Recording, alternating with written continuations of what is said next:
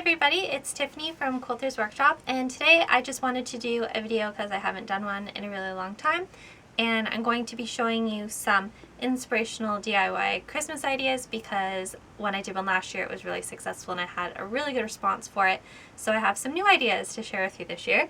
The first thing that's really quick are some bathroom towels.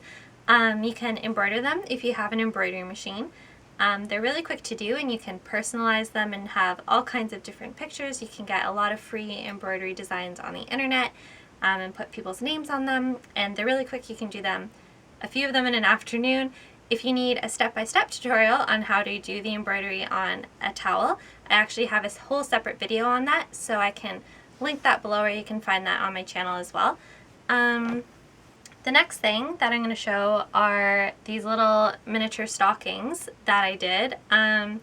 You can use a whole bunch of scraps of Christmas fabric to make these with, and then just add buttons or appliques or other embellishments that you have. It's really a nice open project to do because there's lots of options for creativity, and this is also a good little craft that you could do with kids if they're learning how to sew.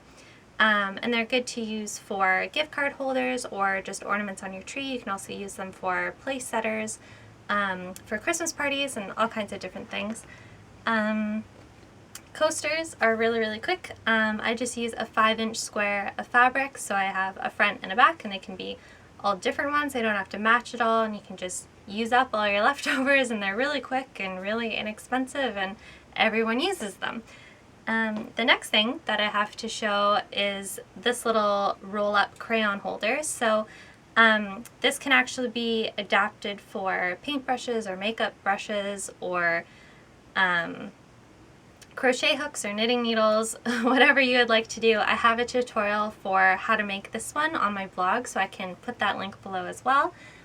And the next thing that I have to show is an origami fabric Christmas ornament, and this is a little bit more intense than the other things that I'm showing, but there are a lot of tutorials for this on YouTube already. So if you needed further instructions on how to do them, and there's all kinds of different ways you can do it with different patterns, and depending on the fabrics you use you get all kinds of different looks, so I think that's a really unique Christmas gift to give someone. And the next thing that I have, I just made this really recently. You can use this either as an ornament if you made it a little bit bigger. You could give it to someone to use as a pincushion if you wanted. You could stuff it with lavender so that it actually would give off a scent, which would be really nice. I used 6 squares of just scraps, or not squares, triangles. I used 6 triangles of a scrap of Christmas fabric that I had, sewed them all together in a pile, stuffed the bottom, and then hot glued it to a little pot so that it looks realistic, but you could go further with this and maybe hot glue some decorations on it, spice it up a little bit, and that would be really cute.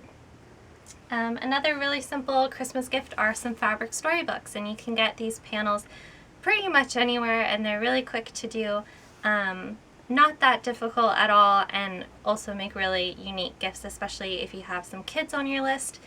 And the very last thing that I'm going to show today is my favorite new thing. This is either a Christmas card holder, or you could also use it to display Christmas pictures, or just use it as a general ornament. So I started with a piece of backer board that my dad helped me make this. We cut it into the shape of a Christmas tree, and then we hot glued the batting and pulled it over the corners, and then layered a nice piece of Christmas fabric on the top, and then brown obviously for the trunk of the tree.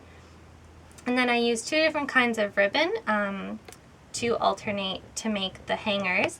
And then at the intersection where each of the ribbons cross, we use a decorative nail, and then when we hammered it through the back, they did go through, so all we did was hammer the ends down and then put a little drop of hot glue to make sure that it wasn't sharp and it wasn't going to scratch the wall when we hang it up.